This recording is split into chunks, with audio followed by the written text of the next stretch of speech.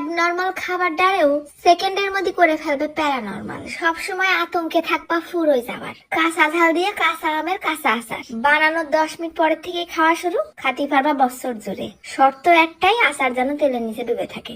আসসালামু আলাইকুম। কত মানুষ কত রকম করে আচার দেয়। নিয়ে নিছি কেজি খানিক টলটলে কাঁচা আম।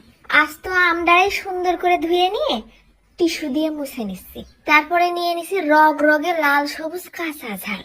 ইনাগের সম্মানের সাথে ধুয়ে তারপরে মুছে নিচ্ছি। ঝাল হবে না প্রায় 300 গ্রামের মতন। আমের খোসা টুসা ছেলবো না, লস হয়ে যাবে না, তাই খোসা সহ আগে ছোট ছোট পিস করে নিলাম। এরপরে নিয়ে যাবো ব্লেন্ডারে, একটা ঘুরলি দিয়ে নিয়ে আসি। এই আধ ভাঙা মতন হবে। তোমরা যদি চাও যে একেবারে ঝুরি কুচি করে দিবা তাও করতে পারো, কোনো সমস্যা নেই। মোট কথা আম হবে একেবারে ছোট্ট ছোট্ট কুচি কুচি। তারপরে ওই ব্লেন্ডারের মধ্যেই ফেলাই দিলাম কাঁচা পাকা কাঁচা ঝাল। রসুন দিছি প্রায় 5-7টা। ইনাগেরও আধ ভাঙা করে নেব, নিপিস করা যাবে না। ফেলাই দিলাম ঝুরো আমের উপর। এইবার কিছু শুকনো মশলা রেডি করি। নিয়ে নিছি 1 চা চামচ আস্ত জিরে, 1 চা চামচ আস্ত ধনে, 1 চা চামচ মৌরি, তারপরে দিচ্ছি 1/2 চা চামচের মতন মেথি, দিয়ে দিলাম 1/2 চা চামচেরও কম কয়টা গোলমরিচ, বেশি একটু ঝাঁঝ হবে না। 1 চা চামচ কালো সর্ষে, 1 চা চামচ সাদা সর্ষে, আর 3-4টে লবঙ্গ।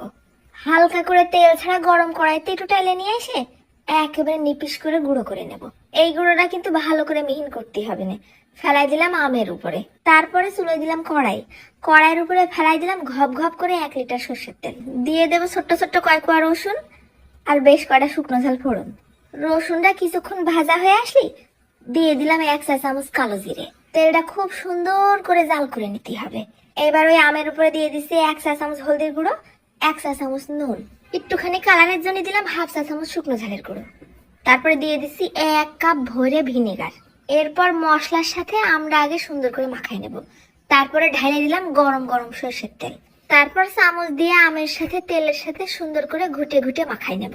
আচার কিন্তু রেডি, এখনই খাওয়া যাবে।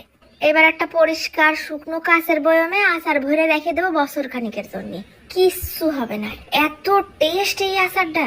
শর্ত হলো একটাই, আচার যেন সবসময় তেলের নিচে ডুবে থাকে। আর প্রথম 7 দিন বারান্দায় রোদে ফেলে রেখে দিতে হবে। ঝালমুড়ি, ভর্তা ভাত, শাক ভাজি, মাছ ভাজি, পাতলা ডাল, ও খিচুড়ি, সাদা ভাত, সবকিছুর সাথে এই আচারটা খাওয়া যাবে। আচার নেওয়ার সাথেই সেকেন্ডের মধ্যে খাবারের স্বাদ বেড়ে যাবে দ্বিগুণ। আচার বানানোর সাথেই আমি তো বাপু একটু আলু ভর্তা করে নিলাম। শুধু নানান রকমের মশলা দিছি না, ঘিরান কি! ও এর স্বাদ বর্ণনা করা অসম্ভব। তুলে আলু ভর্তা ভাতের মধ্যে মাখাই নিয়ে আচারের তেলের সাথে আর কিচ্ছু লাগবে না। বিশ্বাস কর বন্ধু, এর সাথে আর কিচ্ছু লাগবে না। কাঁচা ঝাল